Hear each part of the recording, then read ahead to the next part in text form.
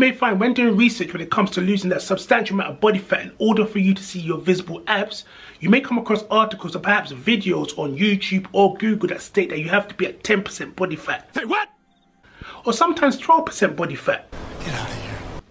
Let's discuss today why I believe that's not true when it comes to seeing your visible abs here on Exchange for Gains. Exchange for Gains. At times, social media can be extremely misleading.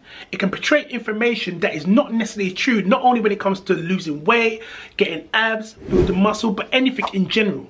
We need to find out our own information, and not only that, we need to go on our own journey to state what is actually true when it comes to not only seeing your visible abs, but also losing weight full stop. Today, we're going to discuss why I believe when it comes to seeing your visible abs, why 12%, 10%, even 15% is not necessarily true in order for you to see your abs. Yeah. Don't get me wrong, I'm not saying if you're 30% body fat, you'll be able to see your visible abs. And what are you saying?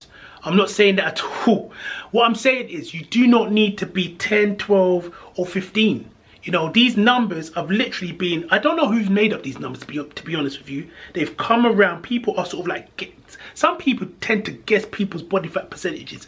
And due to the fact you do need to be quite low in terms of your body fat percentage in order for you to see your abs, they've just come out with 10, 12, 15.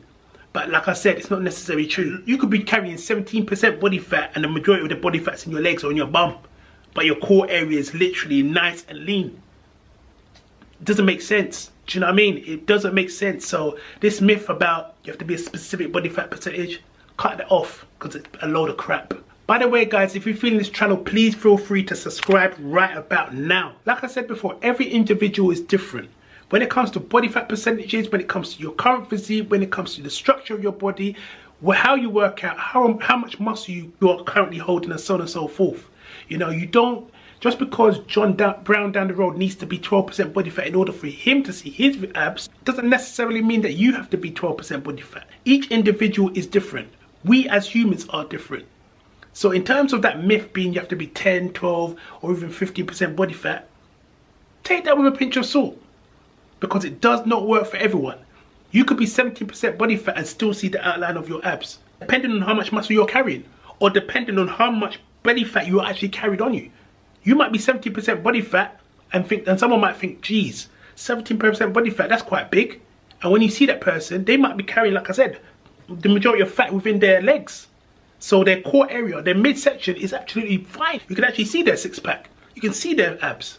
As you can see with this current physique, you can actually see my visible abs. But like I said before, 10, 12% body fat, nowhere near. I'm probably above 15% body fat. Anyway, my good people, that is all from me for today. If you're feeling this channel, like I said before, feel free to like, share, comment, and subscribe. Hit me up on the social medias. It's The Rod Official on the Instagram, the Twitters, and the TikTok. But until next time, one thing that you've learned today, you do not need to be a specific body fat percentage in order for you to see your visible abs. Take everything you see on social media with a pinch of salt. Like I said before, in terms of body fat percentage, judge it on your own journey. Peace. Exchange for Gains. Move it, Karen. Time I make those lifestyle changes. Do it like Darren. Waking.